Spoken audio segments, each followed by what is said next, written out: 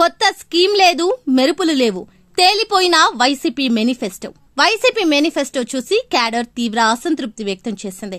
మేనిఫెస్టోలో కొత్త స్కీమ్ లేదు, మెరుపులు లేవని పెదవి విరుస్తున్నారు. మేనిఫెస్టోలో ఉన్న హామీలతో కూటమిని ఎలా ఎదుర్కొంటామని ఆందోళన చెందుతున్నారు. తమ పార్టీ కన్నా కూటమి మేనిఫెస్టో 1000 పాళ్లు నయమని కొందరు అభిప్రాయం వ్యక్తం చేస్తున్నారు. రాష్ట్రంలో మరోసారి అధికారం చేపట్టేందుకు అదిరిపోయే హామీలు ఉంటాయని వైసీపీ క్యాడర్ ఎక్స్పెక్ట్ చేసింది.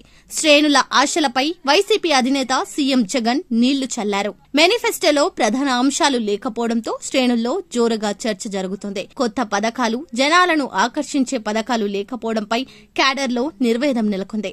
కూటమి ఇచ్చిన హామీలతో పోలిస్తే తమది మేనిఫెస్టోనేనా అనే సందేహం కలుగుతుందని కొందరు బహిరంగంగా కామెంట్స్ చేస్తున్నారు. అమ్మఒడి పథకంలో ఏడాదికి 2000 మాత్రమే పెంచారు. 500 పెన్షన్ ప్రకటించడానికి 5 ఏళ్ల సమయం తీసుకుంటానని ప్రకటించారు. ఈ 2 అంశాలతో తమ పార్టీ పని అయిపోయిందని క్యాడర్ కాస్త ఆగ్రహంతో ఉంది. తెలుగుదేశం పార్టీ అధినేత నారా చంద్రబాబు నాయుడు 4000 పెన్షన్ ఇస్తామని ప్రకటించిన విషయాన్ని గుర్తు చేశారు. దాంతో ఆ ఓటర్లను తమ పార్టీ కోల్పోతుందని వివరిస్తున్నారు. అదిరిన కూటమి మేనిఫెస్టో.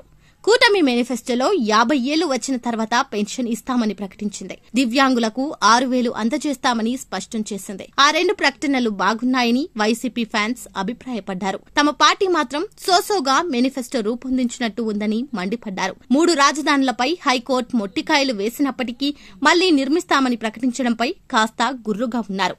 ఇది జనాల్లో వ్యతిరేకత వచ్చే అవకాశముందని అంచనా వేశారు. మేనిఫెస్టోలో చంద్రబాబు గురించి ప్రస్తావించడం, ఆయన ఫెయిల్ అయ్యాడని చెప్పడం తప్ప తమ పార్టీ తిరిగి అధికారంలోకి వస్తే ఏం చేస్తుందనే అంశాన్ని ప్రస్తావించలేదు. ఇలాంటి ప్రకటనలతో పార్టీకి ఉన్న పేరు కాస్త పోతుందని వైసీపీ శ్రేణులు ఆందోళనతో ఉన్నారు.